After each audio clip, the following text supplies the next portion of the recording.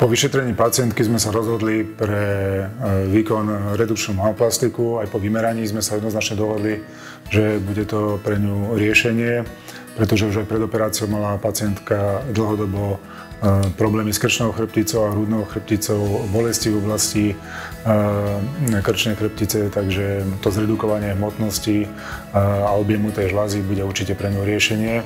Takže čiastočne aj zo zdravotných a nielen z estetických dôvodov je to indikované pre pacientky s veľkými prsníkmi, ktoré majú problémy nie len teda s prsiami, ale dajme tomu s krčnou chrbticou, hrudnou chrbticou a inými kožnými ochoreniami.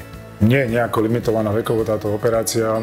Operovali sme už aj 18-19 ročné mladé dámy, ktoré boli indikované na túto operáciu a takisto aj dámy cez 65 rokov, kde samozrejme dôležité je aj nejaký fyzický stav, aby bol v poriadku, aby pacientka nebola riziková pre túto operáciu, čo sa týka z interného hľadiska a nejakej dlhšej celkovej narkózy.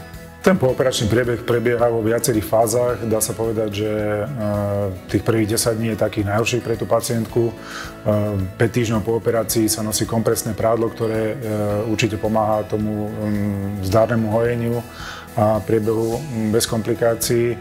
A postupné zaradenie sa do normálneho života si vyžaduje niekoľko týždňov a samozrejme nejaké športovanie, respektíve nejaké sauny a wellnessy možno niekoľko mesiacov.